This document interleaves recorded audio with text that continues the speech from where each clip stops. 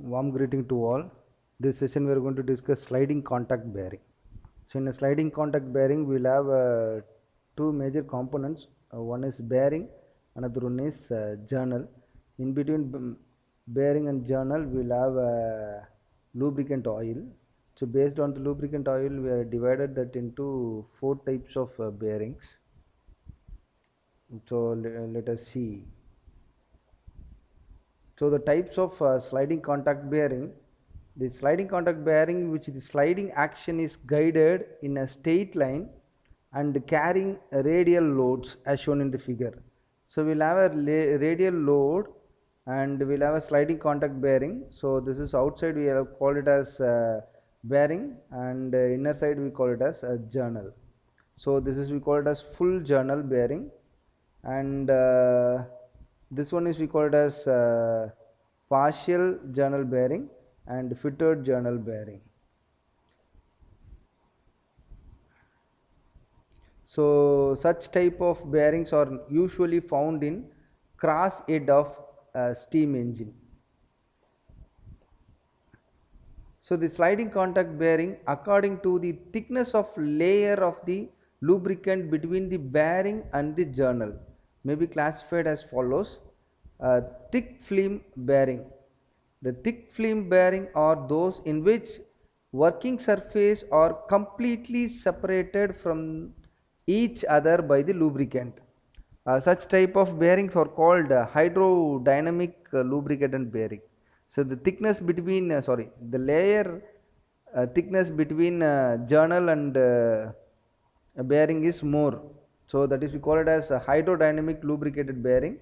Then thin film bearing, the thin film bearing are those in which although the lubricant is present, the working surface partially contact each other at least a part of a time.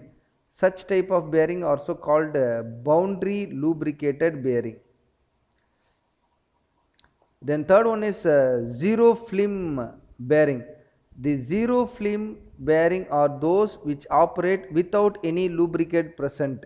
So without lubrication we can operate the journal and bearing.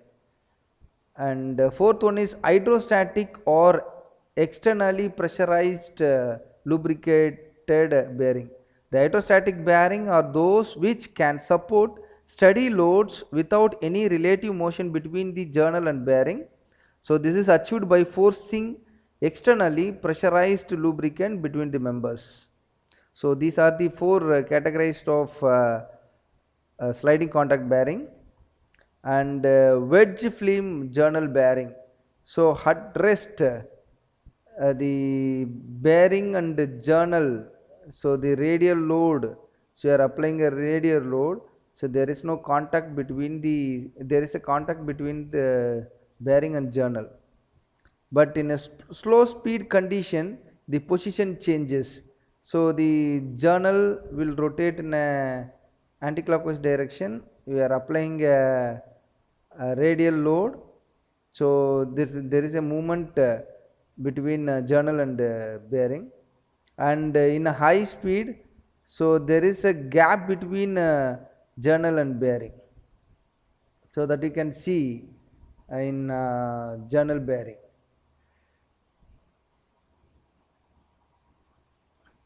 So this is a hydrodynamic journal bearing. So the line of center and the bearing, and this is journal. So we will have eccentricity between the two centers, bearing center and journal center. So that is we call it as eccentricity. So this is your radius of bearing, and this small r is radius of journal, and the rotation, the angle of rotation, and W is a radial load, and H naught is film thickness between journal and bearing. So here we are going to see the terminologies used in sliding contact bearing. So the diametral clearance, the difference between the diameter of the bearing and the journal, so C equal to capital D minus small d. So number 2 is radial clearance. It is the difference between the radii of the bearing and the journal. So the C1 equal to capital R minus R, which is equal to capital D minus small d divided by 2, that is D minus D is C by 2. The diametral clearance ratio, it is a ratio of the diametral clearance to the diameter of the journal. So the diametral clearance D minus D, the capital D minus small d divided by D, which is equal to C by D. The eccentricity, so it is a radial distance between the center O of the bearing and the displayed center O dash of the bearing under load. It is denoted by E. Then minimum oil film thickness, it is a minimum distance between the bearing and the journal under complete lubrication condition.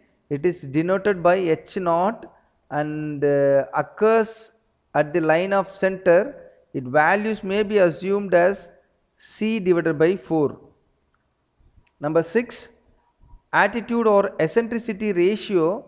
It is the ratio of the eccentricity to the radial clearance, where C1 equal to C by 2. Number 7, short and long bearing.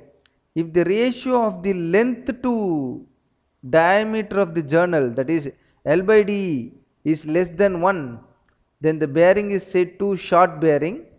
On the other hand, if L by D is greater than 1, then the bearing is known as long bearing. So this is about sliding contact bearing. The next session we move on to the selection of bearings. So how to select a roller bearing, how to select journal bearing using design data book. Thank you.